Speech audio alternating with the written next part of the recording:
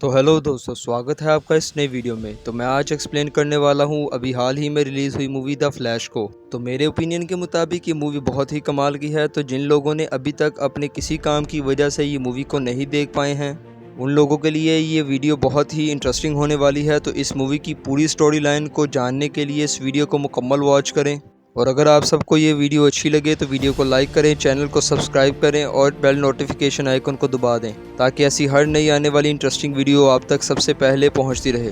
तो दोस्तों स्टार्ट करते हैं इस वीडियो को बिना किसी देरी के। तो मूवी के स्टार्टिंग में हमें बैरी एलन दिखाया जाता है जो कि है हम सबका फ्लैश, जो कि सुबह अपने ऑफिस में जाने के लिए तैयार होकर घर से निकलता है कि तभी से अल्फ्रेड का फ़ोन आता है जो कि इसे बताता है कि गॉथम सिटी में एक बहुत बड़ी रॉबरी हुई है और इन रॉबर्स को पकड़ने के लिए बैटमैन पीछे गया है। लेकिन बैटमैन को इसकी मदद की ज़रूरत है क्योंकि जिस बिल्डिंग से रॉबरी की गई है रॉबर्स ने वहां एक बहुत बड़ा ब्लास्ट किया है जिससे वो बिल्डिंग किसी भी वक्त गिरने वाली है। अल्फ्रेड की ये बात सुनते ही फ्लैश फौरन से अपना सूट पहनकर उस बिल्डिंग के पास पहुँच जाता है, जहाँ फ्लैश की आंखों के सामने ही वो बिल्डिंग टूट कर नीचे गिरने लग जाती है और इसकी खिड़की से बहुत सारे छोटे बच्चे गिरने लग जाते हैं। लेकिन फ्लैश अपनी सुपर स्पीड की वजह से इन तमाम बच्चों को बचा लेता है और किसी को नुकसान होने नहीं देता।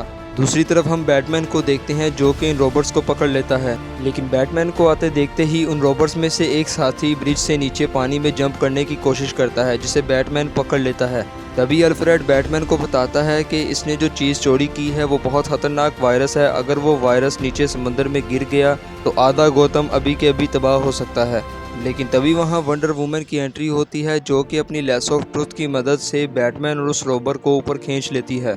इसके बाद हम देखते हैं फ्लैश को जो कि अपने ऑफिस चला जाता है और इसे वहां बहुत ज़्यादा डांट पड़ती है क्योंकि हमेशा की तरह पहले से बहुत लेट आया था। इसके बाद बैरी अपनी ऑफिस का काम ख़त्म करके जैसे ही घर के लिए निकलता है तो वहाँ इसकी मुलाकात अपनी पुरानी दोस्त आयरस से होती है जो कि इसके साथ कॉलेज में पढ़ा करती थी। इसके बाद आयरस इसे बताती है कि वो एक जर्नलिस्ट बन गई है जो कि इसी के फादर के केस पर काम कर रही है, और वो बैरी से कहती है कि मुझे बहुत अफसोस है कि तुम्हारे पिता ने तुम्हारी माँ को मार डाला और अब उन्हें कल फांसी हो जाएगी। ये सब सुन के बैरी बहुत ज़्यादा गुस्सा हो जाता है और वो इसे कहता है कि मेरे पिता ने मेरी माँ को नहीं मारा। ये कहकर वो वहाँ से चला जाता है। इसके बाद बैरी को हम फ्लैश के कॉस्ट्यूम में देखते हैं। वो अपने पुराने घर के पास आकर खड़ा हो जाता है और उस वक्त को याद करने लग जाता है जब आखिरी बार उसने अपनी माँ को देखा था।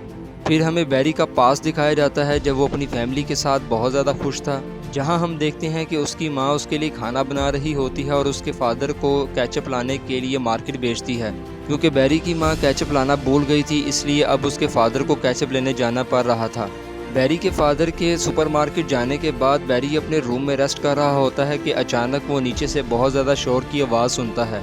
जैसे ही बैरी नीचे अपनी माँ को देखने के लिए आता है तो वो देखकर हैरान हो जाता है कि इसकी माँ के पेट में किसी ने चाकू मारा है और इसके फादर भी इसी की माँ के पास बैठे हैं। इसके बाद हमें प्रेजेंट का वक्त दिखाया जाता है जहाँ फ्लैश खड़ा ये सोच रहा होता है कि काश ऐसा कुछ हुआ ही ना होता, काश उसकी माँ को किसी ने मारा ना होता, कि काश मैं अपनी माँ की मौत को रोकने के लिए कुछ कर पाता। इसके बाद बैरी बहुत ज़्यादा दुख में बहुत तेज़ भागता है और भी तेज़ भागता है और बहुत तेज़ भागता है, यहाँ तक कि वो स्पीड ऑफ लाइट को भी ब्रेक कर देता है। और इसके बाद वो एक ऐसे पॉइंट पर पहुँच जाता है जहाँ पर वो टाइम ट्रैवल कर सकता है, लेकिन वहाँ से वो वापस आ जाता है और इसके बाद वो ब्रूस को इस सब के बारे में बताता है, जिस पर ब्रूस इसे कहता है कि ठीक है तुम टाइम ट्रैवल कर सकते हो लेकिन ऐसा करना कुदरत के नियम के खिलाफ है, ऐसा करने पर न जाने क्या तबाही हो सकती है। जिस पर बैरी से कहता है कि क्या तुम चाहते हो कि मैं ये जानने के बावजूद कि मैं अपनी माँ को बचा सकता हूँ मैं कुछ ना करूँ। जिस पर ब्रूस इसे कहता है कि कुछ चीज़ें कभी बदली नहीं जा सकती, अगर ऐसा हो पाता तो मैं भी अपने माँ बाप को बचा लेता। जिसके बाद बैरी इसकी बात मान लेता है और इसके बाद ब्रूस वहाँ से चला जाता है। ब्रूस के जाने के बाद बैरी को याद आता है कि अगर उस दिन उसकी माँ केचप ना भूलती तो उसके फादर को वहाँ जाना ना पड़ता, जिसके बाद वो चोर आकर उसकी माँ को ना मार पाता। इसके बाद वो फैसला करता है कि वो पास्ट में जाएगा और ये श्योर करेगा कि उसकी माँ वो केचप ना भूले, क्योंकि अगर उस दिन उसकी माँ केचप लाना नहीं भूलती तो उसके फादर को दोबारा सुपरमार्केट नहीं जाना पड़ता, और अगर उसके फादर घर छोड़कर नहीं जाते तो पीछे से चोर आकर उसकी माँ को नहीं मार पाता। इसके बाद बैरी ब्रूस की वार्निंग को नज़रअंदाज करते हुए दोबारा टाइम ट्रैवल करने के लिए तेज़ भागता है और एक बार फिर स्पीड ऑफ लाइट को ब्रेक करता है अपनी माँ को बचाने के लिए। लेकिन तभी वहाँ एक अनजान ताकत आती है जो कि इसे पुश करके एक अलग ही टाइमलाइन में फेंक देती है, जहां एक दूसरा बैरी एलन भी मौजूद है और इसके माँ बाप दोनों ही जिंदा हैं। बैरी यहाँ पहुंचकर अपनी माँ से मिलकर बहुत ज़्यादा खुश होता है, लेकिन तभी वो देखता है कि बाहर से दूसरा बैरी भी आ रहा है। इसके बाद बैरी छोटे बैरी को बताता है कि वो यहाँ पर फ्यूचर से आया है, लेकिन वो इसे यहाँ आने की वजह नहीं बताता, यानी उसकी माँ के मौत के बारे में नहीं बताता। जिस पर छोटा बैरी बहुत ज़्यादा खुश होता है और बहुत ज़्यादा हैरान और एक्साइटेड हो जाता है। तभी बैरी अपने पास के वर्जन से कहता है कि अभी तक तुम्हें पावर्स नहीं मिली, और ये ठीक वही दिन था जब बैरी को इसकी फ्लैश वाली पावर्स मिली थी।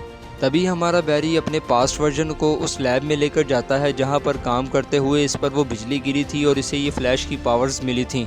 लेकिन वहाँ पहुंचकर इन दोनों से एक मिस्टेक हो जाती है। वो बिजली गिरती तो है, लेकिन उसकी वजह से हमारा बैरी जो है अपनी पावर्स खो देता है। लेकिन इस पास्ट वर्जन वाले बैरी में फ्लैश की पावर्स आ जाती हैं। फ्यूचर वाला बैरी अभी इन तमाम प्रॉब्लम से निपट ही रहा था कि तभी वो टीवी पर न्यूज़ देखता है कि वहाँ जनरल जोर्ड आ चुका है जो कि सुपरमैन को तलाश कर रहा है। और ये न्यूज़ देखकर बैरी बहुत ज़्यादा घबरा जाता है, जिस पर इसका पास्ट वर्जन इसे पूछता है कि तुम इतना घबरा क्यों रहे हो। जिस पर बैरी इसे जनरल जोर्ड के बारे में बताता है और उसकी मचाई तबाही के बारे में बताता है और सुपरमैन और जस्टिस लीग के बारे में भी। इसके बाद फ्यूचर से आया बैरी इस टाइम लाइन में जस्टिस लीग को इकट्ठा करने की कोशिश करता है और उनके बारे में मालूमात इकट्ठी करने की कोशिश करता है।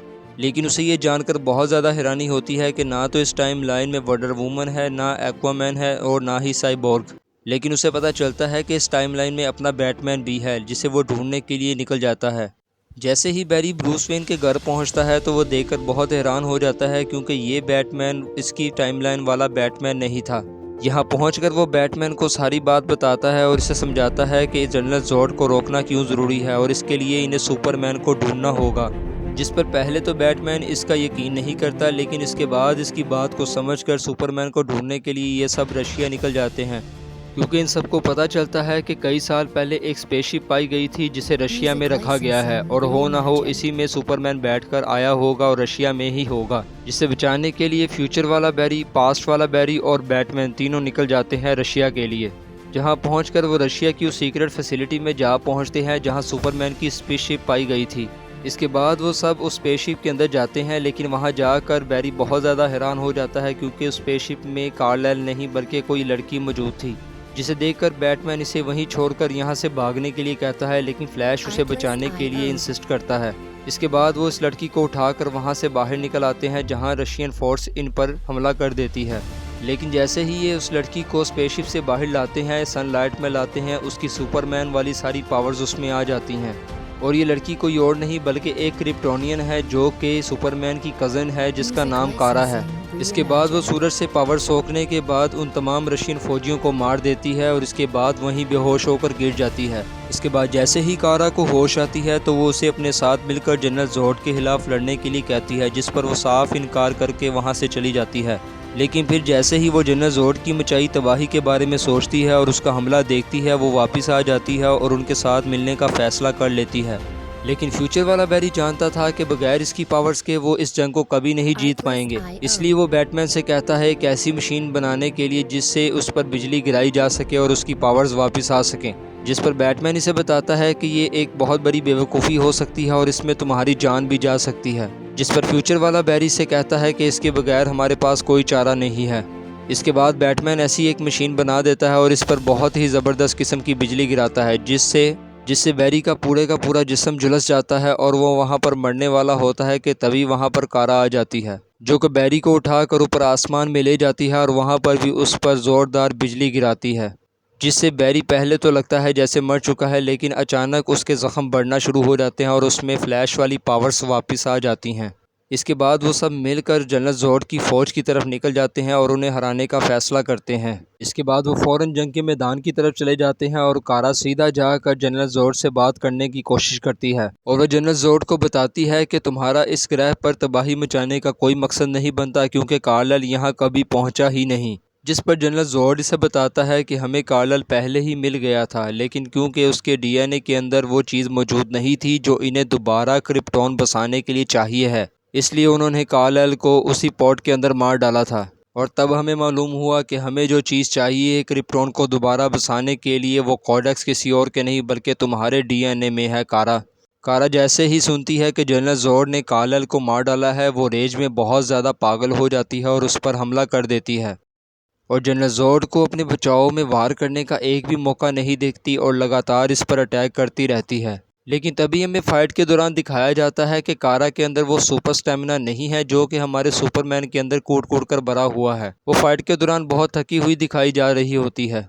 तभी वो जनरल जोर्ड को बेहोश समझकर उसके हाथ पर लगी डिवाइस की मदद से उन स्पेसशिप को रोकने की कोशिश करती है जो कि पृथ्वी को तबाह कर रही होती हैं। तभी जनरल जोर्ड अपने दूसरे हाथ से एक तलवार निकालता है जिससे वो कारा पर हमला कर देता है और कारा को वहीं मार गिराता है। इसके बाद वो कारा की बॉडी से एक डिवाइस के ज़रिए वो कोडेक्स निकाल लेता है जो कि उसे क्रिप्टोन बनाने के लिए दोबारा चाहिए होता है। तभी वहाँ पास्ट वाला बैरी पहुँच जाता है और कारा को वहाँ मरा हुआ देखकर बहुत ज़्यादा दुखी हो जाता है और वो वापस फ्यूचर के बैरी के पास जाता है, जहाँ फ्यूचर वाला बैरी बैटमैन की डेथ बॉडी के पास बैठा होता है और उसे बताता है कि वो बैटमैन को नहीं बचा पाया। लेकिन तभी पास्ट वाला बैरी उससे कहता है कि हम दोनों दोबारा स्पीड ऑफ लाइट को ब्रेक करेंगे और दोबारा टाइम ट्रैवल करके कुछ पल पीछे जाएंगे और इन दोनों को बचा लेंगे। जिस पर फ्यूचर वाला बैरी मान जाता है और वो दोनों बहुत तेज़ भागते हैं और स्पीड ऑफ लाइट को ब्रेक करते हुए टाइम ट्रैवल करने लग जाते हैं और वो बैटमैन और कारा की मौत से कुछ लम्हे पहले वहां पहुंच जाते हैं। लेकिन वो देखते हैं कि ऐसा करने के बावजूद वो इन दोनों को नहीं बचा पाए क्योंकि दूसरे तरीके से इन दोनों को दोबारा मरना ही था। लेकिन ये दोनों इसके बाद भी नहीं रुकते और बार बार कोशिश करते हैं, लेकिन हर बार नतीजा एक ही निकलता है, कारा और बैटमैन हर बार मर जाते हैं। लेकिन तभी बैरी को समझ आने लग जाती है कि ये वो पॉइंट्स हैं जिसको बदलना हमारे हाथ में नहीं है क्योंकि ये हमारी किस्मत में लिखा है। यही बात वो पास्ट के बैरी को बताने की कोशिश करता है, लेकिन पास्ट वाला बैरी इसकी एक बात नहीं सुनता, लेकिन वो बार बार अकेले ही ट्रैवल करने लग जाता है। लेकिन जैसे ही फ्यूचर का बैरी पास्ट वाले बैरी को रोकने के लिए आगे बढ़ता है तभी वो अनजान शक्ति वहां आ पहुंचती है जिसने पहले बैरी को टाइम ट्रैवल करते हुए टाइम जोन से बाहर फेंका था। तभी हमें पता चलता है कि वो पास्ट वाला बैरी एलन ही है जो कि हज़ारों सालों से टाइम ट्रैवल कर रहा है ताकि वो इस पॉइंट को सही कर सके और बैटमैन और कारा को बचा सके। और ऐसा हज़ारों सालों से करते हुए वो खुद एक शैतान बन गया है, जिसे पास्ट वाला बैरी देखकर बहुत ज़्यादा हैरान होता है और वो समझ नहीं पाता कि मैं ऐसा कैसे बन सकता हूँ। इसके बाद वो शैतानी बैरी फ्यूचर के बैरी को बताता है कि उसने हर मुमकिन कोशिश कर रखी है लेकिन वो इस पॉइंट को बदल नहीं पाया, लेकिन अब उसे एक तरीका मिल गया है। इसके बाद वो फ्यूचर के बैरी को बताता है कि इस सब को रोकने का एक ही तरीका है और वो तरीका है तुम्हें मारना। अगर मैं तुम्हें मार दूँ तो सब ठीक हो सकता है। इसके बाद वो फ्यूचर के बैरी पर अटैक कर देता है और उसे मारने ही वाला होता है कि पास्ट वाला बैरी इनके दरमियान आ जाता है और वो अटैक उस पर हो जाता है, जिससे पास्ट वाला बैरी भी मर जाता है और इसी की वजह से वो ईवल बैरी भी मर जाता है। इसके बाद फ्यूचर वाला बैरी एक बार फिर बहुत तेज़ भागता है और स्पीड ऑफ लाइट को ब्रेक कर देता है और वापस अपने टाइमलाइन में जाने के लिए टाइम ट्रैवल करता है। लेकिन वापस अपनी टाइमलाइन में जाने से पहले वो एक बार फिर वहीं रुककर अपनी माँ से मिलने का फैसला करता है और उसी दिन उस सुपरमार्केट में जाता है जहां उसकी माँ शॉपिंग कर रही होती है और वो अपनी माँ की बास्केट में से वो केचप खुद निकाल देता है और वहां वो अपनी माँ को हमेशा के लिए अलविदा कहकर अपनी टाइमलाइन के लिए रवाना हो जाता है। इसके बाद हम देखते हैं बैरी को जो कि अपनी प्रेजेंट टाइमलाइन में वापस आ गया है और वो सुबह उठकर देखता है कि आज उसके बाप की आखिरी सुनवाई है।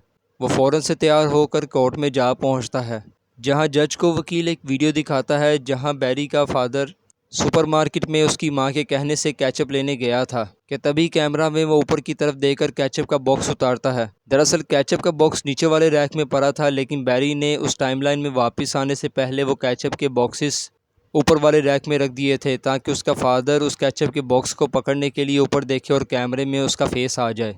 और बैरी का ये प्लान कामयाब हो जाता है और ये प्रूफ देकर वो जजिस उसके हक में फ़ैसला कर देते हैं और उसके फादर को रिलीज़ कर देते हैं। इसके बाद बैरी जैसे ही कोर्ट से बाहर आता है तो वो फ़ौरन से बैटमैन को कॉल करता है और तभी हम देखते हैं कि ब्रूस वेन अपनी गाड़ी में बैठकर वहां आ जाता है। लेकिन बैरी के उस केचप के बॉक्स की जगह बदलने की वजह से इस टाइमलाइन में भी थोड़ा सा हेर फेर हो गया था, क्योंकि ये ब्रूस वेन उस मेन टाइमलाइन वाला ब्रूस वेन नहीं था बल्कि कोई और था, जिसे देखकर बैरी बहुत ज़्यादा हैरान होता है और यहीं पर ये मूवी ख़त्म हो जाती है। और हमें आगे आने वाली मूवीज़ में दिखाया जाएगा कि बैरी एलन के इस टाइम ट्रैवल की वजह से और क्या क्या चेंजेस हुए हैं। तो दोस्तों, अगर आपको ये वीडियो अच्छी लगी है तो वीडियो को लाइक करें और प्लीज़ चैनल को सब्सक्राइब कीजिएगा और बेल नोटिफिकेशन आइकन को दबा दीजिएगा। तो मिलते हैं अगले एपिसोड में, तब तक के लिए अल्लाह हाफिज़।